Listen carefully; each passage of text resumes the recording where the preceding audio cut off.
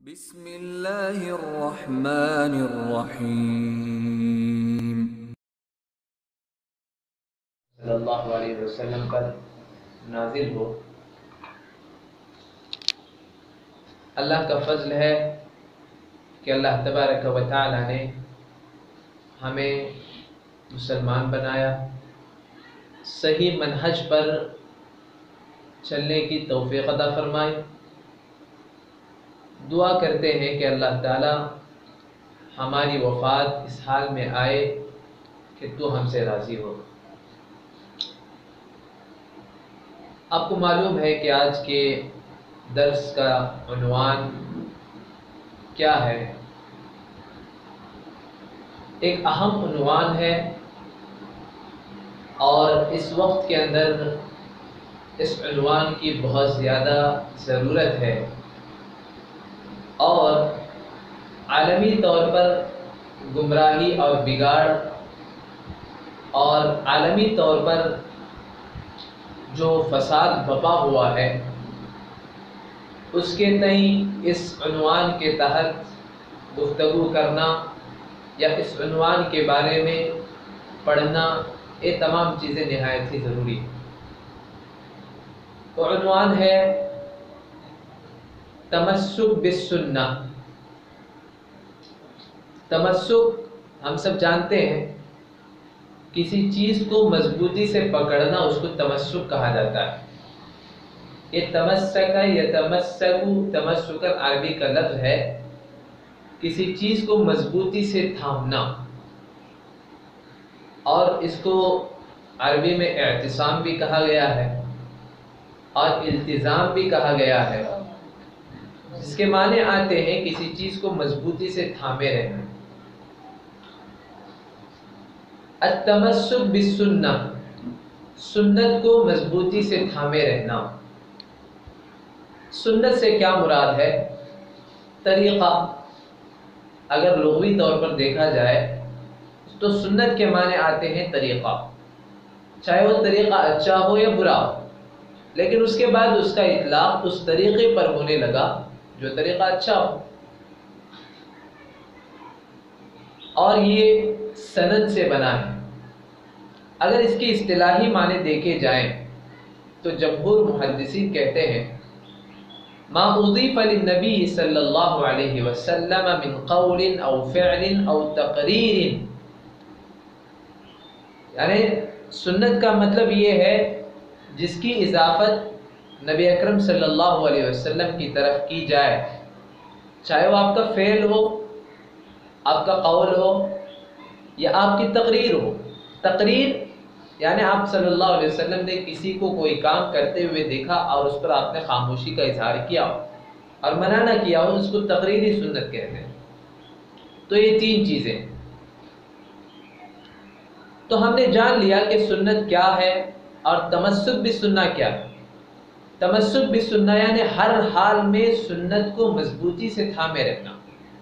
نبی اکرم صلی اللہ علیہ وسلم نے جو بات ہمیں بتایا اور جس چیز کا حکم دیا، جو کام کر کے دکھایا، اور جس کام پر آپ صلی اللہ علیہ وسلم کی ثابت قدمی موجود ہو، تو پھر ایسے کام سے مضبوطی سے چمٹے رہنا یہ ہم سب پر ضروری ہے، اور یہی راہ نجات ہے اور یہی نجات کا راستہ ہے۔ اور جو لوگ بھی کتاب و سنت سے ہٹ گئے، یا انہوں نے کتاب کو تو مانا لیکن کتاب کو اپنی منمانی طور پر مانا، نبی اکرم صلی اللہ علیہ وسلم کی سنت کو انہوں نے نہ مانا، تاریخ ہمیں یہ بتاتی ہے کہ وہ گمراہ ہو گئے، اور گمراہی ان کا مقدر بن گئی۔ کیوں؟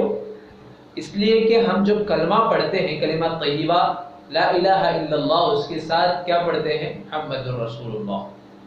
جب یہ کہ ایک انسان محمد الرسول اللہ کا اقرار کرتا ہے، اس کا مطلب یہ ہے کہ وہ اس کے اوپر یہ چیز ضروری ہے کہ نبی اکرم صلی اللہ علیہ وسلم کے تئیں ہمارے اوپر جو بھی حقوق عائد ہوتے ہیں، ان حقوق کے اندر کامل و مکمل ہو، اور ان میں سب سے بڑا حق یہ ہے کہ ہم نبی اکرم صلی اللہ علیہ وسلم کی اتباع کریں، کیونکہ نبی اکرم صلی اللہ علیہ وسلم سے محبت، اور محبت کا سب سے بڑا تقاضا یہ ہے کہ آپ صلی اللہ علیہ وسلم کی زندگی کی طرح ہماری زندگی ہو، ورنہ دعویٰ کرنے والے بہت ہیں، محبان رسول کے دعوے دار بہت ہیں، ہر آدمی کہتا ہے کہ میں نبی کا چاہنے والا ہوں، میں نبی سے محبت کرنے والا ہوں، چاہے اس کا عقیدہ جیسا بھی ہو، لیکن وہ یہ دعویٰ ضرور کرتا ہے اگر مسلمان ہے کہ میں نبی سے محبت کرتا ہوں۔ اب دیکھا جائے گا کہ نبی سے محبت کا دعویٰ صرف دعویٰ ہے یا دعوے میں وہ آدمی پورا اترا ہوا ہے۔ اگر صرف دعویٰ ہے تو پھر وہ اس کے لیے راہ نجات کا سبب نہیں۔ اگر دعوے کے ساتھ اگر وہ اس کے اوپر پورا اترتا ہے، دعویٰ اسی وقت پورا ہو سکتا ہے جب وہ نبی اکرم صلی اللہ علیہ وسلم کی زندگی کو اپنی زندگی میں لائے، آپ صلی اللہ علیہ وسلم کے طریقے کو اپنے زندگی کے اندر لائے، اسی وقت وہ محبت مکمل ہو سکتا ہے۔ تو اسی لیے ہم سب کو جاننا ضروری ہے کہ سنت کو مضبوطی سے پکڑے رہنے کا فائدہ کیا ہے، سنت کو مضبوطی سے تھامے رہنے کا فائدہ کیا ہے۔ اس کے فوائد جب ہم جانیں گے تو ہمیں پتہ چلے گا کہ سنت کا آج بہت زیادہ مذاق اڑایا جا رہا ہے، سنت کا، سنت کے ماننے والوں کا، احادیث کے ماننے والوں کا ہر جگہ مذاق اڑایا جا رہا ہے۔ جو آدمی نبی اکرم صلی اللہ علیہ وسلم کے طور و طریقے کو اپناتا ہے، داڑھی آپ صلی اللہ علیہ وسلم نے اس کو حکم دیا، فرض ہے، داڑھی کا مذاق اڑایا جا رہا ہے، آپ صلی اللہ علیہ وسلم کی زندگی کا مذاق اڑایا جا رہا ہے، تو ایسی حالت میں ایک مسلمان کا فریضہ یہ بنتا ہے کہ وہ نبی اکرم صلی اللہ علیہ وسلم کے سنت کو مضبوطی سے تھام لے۔ آئیے میں آپ کے سامنے کچھ اس کے فوائد بیان کرنا چاہتا ہوں تاکہ ہمیں معلوم ہو جائے کہ ہم لوگ سنت حدیث کہتے ہیں تو حدیث کے اوپر چلنے کے فوائد کیا ہیں، اس کا جاننا ضروری۔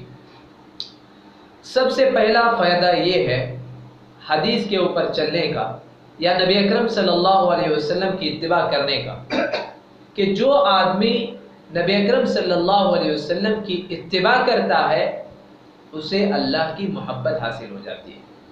ہم سب لوگ یہ چاہتے ہیں یا ہم سب کی یہ ذمہ داری ہے کہ ہم اللہ کی محبت کو تلاش کریں، ہم وہ کام تلاش کریں جن کاموں سے اللہ خوش ہوتا ہو، اور جس چیز سے اللہ ہم سے محبت کرنے لگتا ہو ایسے کاموں کو تلاش کرنا چاہیے، کیونکہ جس آدمی کو اللہ کی محبت حاصل ہو جائے تو اسے دنیا کی کسی بھی چیز کی ضرورت نہیں ہوگی، اور اللہ کی محبت اگر ہم حاصل کرنا چاہتے ہیں تو نبی اکرم صلی اللہ علیہ وسلم کی اتباع اور پیروی ضروری ہے۔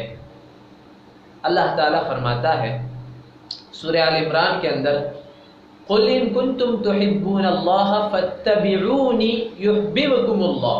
دیکھیے واضح آیت ہے، کوئی آیت کے اندر، اس آیت کے اندر، یہ آیت بالکل صاف ہے، واضح، اللہ تعالیٰ نے واضح طور پر بیان فرمایا، اے نبی آپ کہہ دیجیے اگر تم اللہ سے محبت کرتے ہو، اگر تم یقینی طور پر اللہ سے محبت کرنے کا دعویٰ کرتے ہو، فَاتَّبِعُونِي، تو نبی اکرم صلی اللہ علیہ وسلم کی زبانی اللہ تعالیٰ نے کہلوایا کہ میری اتباع کرو، یحببکم اللہ، میری اتباع کرنے کا فائدہ کیا ہوگا؟ اللہ تعالیٰ بھی تم سے محبت کرنے لگے گا۔ پتہ چلا کہ اللہ تعالیٰ کی محبت اس انسان کو حاصل ہوتی ہے جو انسان نبی کی اتباع کرتا ہے۔ تو ہمیں، اگر ہم حدیث کے اوپر عمل پیرا ہیں اور اپنے آپ کو سنت سے جوڑے ہوئے ہیں تو ہمیں خوش ہونا چاہیے، کیونکہ اللہ تعالیٰ کی محبت ہمیں حاصل ہوتی ہے۔ اور ساتھ ہی ساتھ فائدہ اور ایک کیا ہے؟ وَيَغْفِرْ لَكُمْ ذُنُوبَكُمْ، اللہ تعالیٰ تمہارے گناہوں کو بھی معاف کر دے گا۔ پتہ چلا کہ نبی اکرم صلی اللہ علیہ وسلم کی محبت، اللہ تبارک و تعالیٰ کی محبت ہمیں اس وقت حاصل ہوگی جب ہم اپنی زندگی نبی اکرم صلی اللہ علیہ وسلم کے طور و طریقے کے مطابق بنائیں، آپ صلی اللہ علیہ وسلم کی اتباع اور آپ صلی اللہ علیہ وسلم کی پیروی کریں گے۔ اگر صرف محبت کرتے ہیں، اللہ سے محبت کا دعویٰ کرتے ہیں، لیکن نبی اکرم صلی اللہ علیہ وسلم کی سنت کے مطابق ہم اپنی زندگی کو نہیں گزارتے ہیں تو اللہ کی محبت بھی ہمیں حاصل نہیں ہوتی ہے۔ ایک فرقہ جو آپ سب کو معلوم ہے جسے اہل قرآن کہا جاتا ہے، جس نے یہ دعویٰ کیا کہ صرف اور صرف قرآن کریم ہمارے لیے کافی ہے، سنت کی ضرورت نہیں۔ نتیجہ کیا ہوا؟ کچھ دن تک اس کا نام رہا، اب اس کا نام اور اس کا نشان ساری چیز ختم ہو گئی۔ کیوں؟ اس لیے کہ اس نے ایک چیز کو اپنایا اور دوسرے اہم چیز کو اس نے ترک کر دیا، اور اس نے قرآن کو اپنے فہم سے سمجھنے کی کوشش کی، نتیجہ یہ ہوا کہ وہ گمراہ ہو گئے۔ لہذا پتہ چلا کہ قرآن کریم کو اگر جاننا ہے تو نبی اکرم صلی اللہ علیہ وسلم کی سنت کو دیکھنا ہوگا۔ اس لیے کہ اللہ تعالیٰ نے بیان فرمایا وَنَزَّلْنَا عَلَيْكَ الْكِتَابَ تِبْيَانًا لِكُلِّ شَيْءٍ، ہم نے آپ کے اوپر کتاب کو نازل کیا جس میں ہر چیز کی وضاحت ہے۔ قرآن کے اندر نماز کا حکم اللہ نے دیا ہے، اقیم الصلاۃ۔ اب نماز کیسے ادا کریں وہ دیکھنا ہے تو قرآن میں ہمیں نہیں ملے گا، بلکہ نبی اکرم صلی اللہ علیہ وسلم نے ہمیں بتایا صلو کما رأیتمونی اصلی، اس طرح نماز پڑھو جس طرح تم نے مجھے نماز پڑھتے ہوئے دیکھا ہے۔ اور آپ صلی اللہ علیہ وسلم کا نماز کا طریقہ کیا قرآن میں موجود ہے؟ قرآن میں موجود نہیں ہے، بلکہ احادیث مبارکہ کے اندر موجود ہے۔ اس لیے محدثین نے احادیث کو اکٹھا کیا، احادیث کو جمع کیا اور اس کو صحیح سند کے ساتھ محدثین نے ہم تک پہنچایا۔ لہذا ہماری ذمہ داری یہ ہے کہ ہم حدیث کے اوپر عمل کریں۔ تو سب سے بڑا فائدہ اور سب سے اہم فائدہ یہ ہے کہ جو آدمی اللہ کی محبت حاصل کرنا چاہتا ہو اس کے لیے ضروری ہے کہ وہ نبی اکرم صلی اللہ علیہ وسلم کی اتباع کرے۔ دوسری چیز یہ، دوسرا سب سے بڑا فائدہ یہ کہ اللہ کے رسول کی اتباع کرنے والے اور اہل الحدیث، حدیث کے اوپر قائم لوگ، حدیث کے مطابق عمل کرنے والے لوگ، نبی اکرم صلی اللہ علیہ وسلم کی اطاعت کرنے والے لوگ جنت کے اندر جائیں۔ نبی اکرم صلی اللہ علیہ وسلم نے بیان فرمایا من اطاعنی کل امتی یدخلون الجنت الا من ابا۔ آپ نے یہ حدیث بارہا سنا ہوگا، کل امتی یدخلون الجنت الا من ابا، میری امت کا ہر فرد جنت کے اندر جائے گا سوائے اس کے جس نے انکار کیا۔ الا من ابا، آپ صلی اللہ علیہ وسلم نے استثناء کیا، کچھ لوگوں کا استثناء کیا، اور وہ کون ہے؟ کل امتی یدخلون الجنت الا من ابا۔ پوچھا گیا آپ صلی اللہ علیہ وسلم سے، اے اللہ کے رسول بتائیے من یابا، انکار کرنے والا کون ہے؟ آپ صلی اللہ علیہ وسلم نے بیان فرمایا وضاحت کے ساتھ من اطاعنی دخل الجنہ ومن عصانی فقد ابا، جو آدمی میری اتباع، میری پیروی کرتا ہے، جس نے میری اطاعت کیا وہ جنت کے اندر داخل ہو جائے گا، اور جس نے میری نافرمانی کی وہ اس نے انکار کیا، اور انکار کرنے والوں کا ٹھکانہ کیا ہے؟ جہنم ہے۔ لہذا پتہ چلا کہ جو آدمی نبی اکرم صلی اللہ علیہ وسلم کی اتباع اور پیروی کرتا ہے اللہ تبارک و تعالیٰ اس کو جنت کے اندر داخل کر دے گا۔ یہ بہت بڑا انعام ہے۔ لہذا ہمیں چاہیے کہ ہم اپنی زندگی کو نبی اکرم صلی اللہ علیہ وسلم کے اسوہ اور طریقے کے مطابق بنائیں۔ اور تیسرا سب سے بڑا فائدہ اور ثمرہ یہ ہے کہ سنت کی اتباع اور پیروی کرنے والا گمراہی سے محفوظ رہتا ہے۔ سنت کی اتباع اور پیروی کرنے والا گمراہی سے محفوظ رہتا ہے۔ آج جو بھی آدمی کتاب و سنت سے ذرا سا ہٹا ہوا ہو، آپ دیکھیں گے کہ اس کے اندر گمراہی آتی ہے، وہ کسی نہ کسی موڑ پر جا کر گمراہ ہوتا ہے، چاہے دعویٰ جو بھی کرے کہ ہم بھی حدیث پر عمل کرتے ہیں، ہم بھی قرآن و حدیث پر چلنے والے ہیں، لیکن جہاں پر آپ کا دعویٰ پختہ نہ ہوگا وہاں پر آپ کے اندر گمراہی آئے گی۔ اسی وجہ سے نئے نئے طریقے، نئے نئے فرقے جنم لیتے ہیں۔ کیوں؟ سنت پر عمل کرنے کا جذبہ ان کے اندر نہیں ہے، سنت کے اوپر عمل کا ان کے نزدیک سنت کا علم نہیں ہے، یا انہوں نے نبی اکرم صلی اللہ علیہ وسلم کی زندگی کو اپنے لیے نمونہ نہیں بنایا ہے، اسی وجہ سے وہ گمراہ ہو گئے۔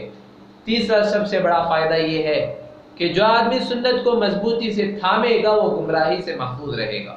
ایک حدیث میں آپ کے سامنے بیان کر دوں، جابر بن عبداللہ رضی اللہ تعالیٰ عنہ بیان فرماتے ہیں، صحیح مسلم کی حدیث ہے کہ نبی اکرم صلی اللہ علیہ وسلم نے بیان فرمایا ترکت فیکم امرین، صحیح مسلم کے الفاظ الگ ہیں، فرماتے ہیں ترکت فیکم ما لن تضلوا ان اعتصمتم به کتاب اللہ، یعنی میں تمہارے اندر ایک اہم چیز چھوڑ کر جا رہا ہوں، جب تک تم انہیں مضبوطی سے تھامے رہو گے گمراہ نہیں ہوگے۔ وہ چیز کیا ہے؟ کتاب اللہ، اللہ کی کتاب ہے۔ اور ایک دوسری روایت کے اندر نبی اکرم صلی اللہ علیہ وسلم نے بیان فرمایا، ترکت فیکم شیئین لن تضلوا ما تمسکتم بہما کتاب اللہ و سنتی۔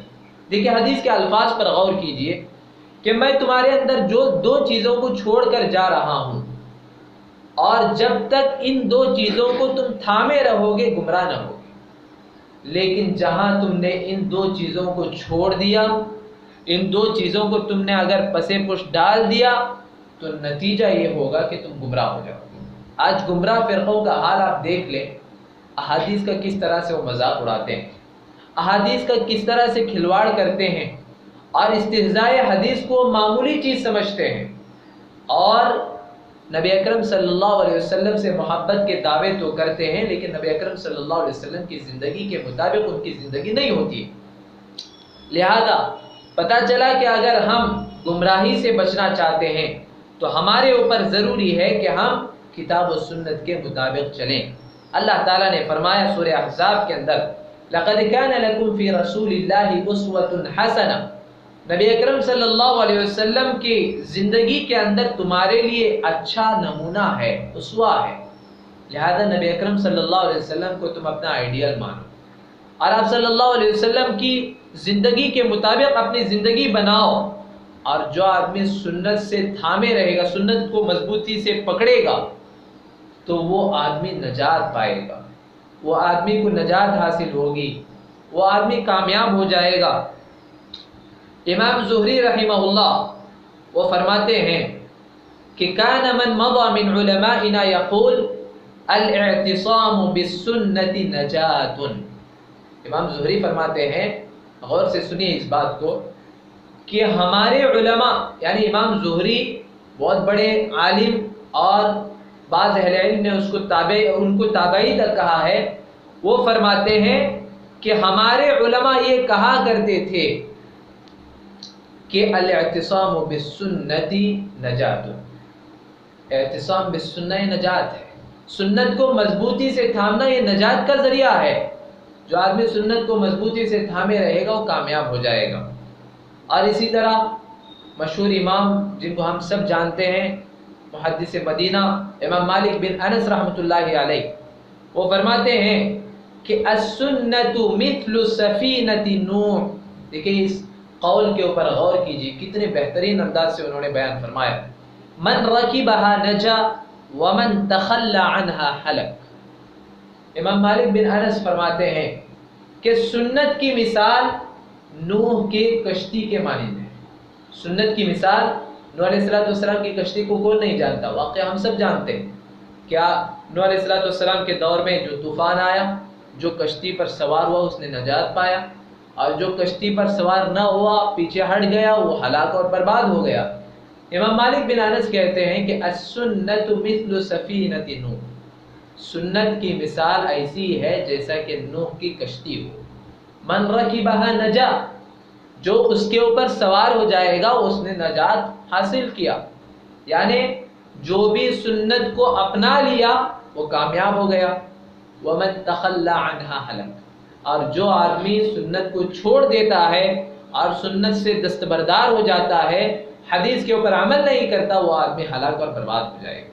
تو پتہ چلا کہ سنت کے اوپر عمل کرنا اور سنت کو مضبوطی سے تھامے رہنا یہ ہمارے نجات کا ذریعہ بنتا ہے۔